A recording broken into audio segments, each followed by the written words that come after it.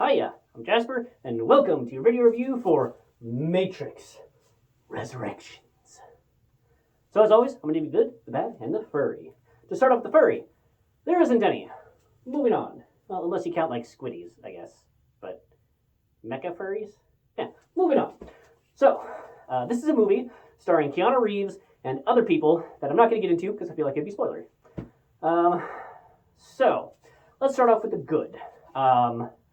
This movie continues the Matrix storyline. On principle, I think that's a good thing.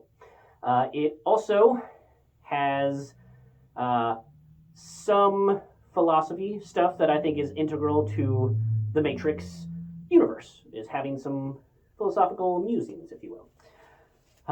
It also has action scenes that you can tell what's going on, and that there is a movement and a flow and a purpose to the action scenes. So yeah, I was disappointed by this movie. Extremely disappointed by this movie. I waited a while to actually make my review for this movie to hope that maybe with time I would have a softer opinion of it, because I'm like, Matrix is literally my highest rating Matrix level quality. Now, I don't say it's Matrix Reloaded quality or Matrix Revolutions quality. I say it's Matrix level quality, because Matrix, of course, was the best. Still is. And, it took me a couple viewings to appreciate some of the real intricacies of Matrix Reloaded and Revolutions, so I was hoping that maybe with Resurrections, I was just missing something. So maybe, because nothing could ever live up to the Matrix, maybe it was just my expectations were so high that the movie, no matter how good it was, just wasn't going to live up to them. I don't believe that is the case. I think this was genuinely a disappointing movie.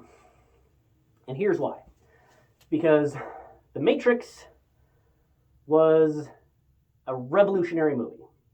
I believe that it revolutionized, if not just the action genre, I think movies as a whole. They proved that you could have an action movie with actual thought behind it, as opposed to just like action. You could have both. You could have a thinking man's movie with philosophy and with action.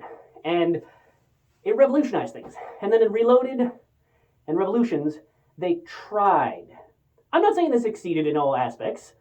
The 100 Neo fight in Matrix Reloaded, it reached. It didn't quite get there with the CGI that they had at the time, but they pushed the boundaries as much as they could. They tried. And for the most part, especially in Revolutions, with a lot of the real-world squiddy scenes, I really think that they succeeded.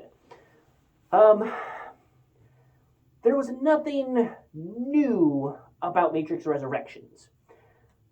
The fight sequences were not like punching the camera like Bourne Ultimatum and Bourne Supremacy style, so it wasn't that bad. But in the first three Matrixes, there was long, extended cuts of fight scenes where you could tell that it was the actor doing that long, extended cut. Now, it wasn't like a 4-minute cut, mind you. I'm not saying it was one of those type of long shots, but it was an extended multi-punch kick combo thing from both sides before going to the next cut. And so it showed the actor doing it, and that there was rehearsed, that there was a fluidity and an elegance to the fights. There was, and it was still raw, like you could still feel it. And in this one, again, not Matrix, not Bourne Supremacy, Bourne Ultimatum style punchy hitty camera, but the cuts were just so numerous and so frenetic that basically anybody could have been doing the fights, and just the few times that maybe a face was shown, you could have just done a quick face replacement because their face was, moving in or out of the way or whatever, so you could have just done a CGI replacement over, which they've been doing in movies since, 2001. Longer sequences. But anyway, so this movie it didn't bring anything new to the table. Some of the effects, I'm like, I've seen similar things in movies from a decade ago. And then this movie didn't really push the philosophy. Now again, maybe I'm just dumb. Maybe I've missed a lot of the philosophy cues. It does have some, but it wasn't like throughout. And yeah, so I think that it was very disappointing, because it's an okay movie. It's a movie that would be fun to have on in the background and just kind of tune in for some of the fight and or chase sequences. But it's this Matrix movie is not Matrix level quality, which kind of annoys me because it messes up like my whole rating scale. How can a Matrix movie not be Matrix level quality? And it just wasn't. It was like, have it on in the background. Definitely, I would say this is not a, skip unless you're a super fan, because I'm a super fan, and I kind of wish that I would never have skipped it, no matter if I had listened to my own review or not. I still would have had to go and see it. But I'm trying to save you. If you like The Matrix 1 through 3, just don't even bother with them. It's like Rambo, the Rambo series, how Rambo was an excellent, phenomenal movie, wonderful ending, beautiful bow tie to the whole thing, and then they were like, wait, that made a lot of money. Rambo Last Blood, which was utter garbage. So I pretend that Rambo Last Blood doesn't exist, and just Rambo and the other ones do, because that was a good movie series. Rambo Last Blood was not. Same thing here.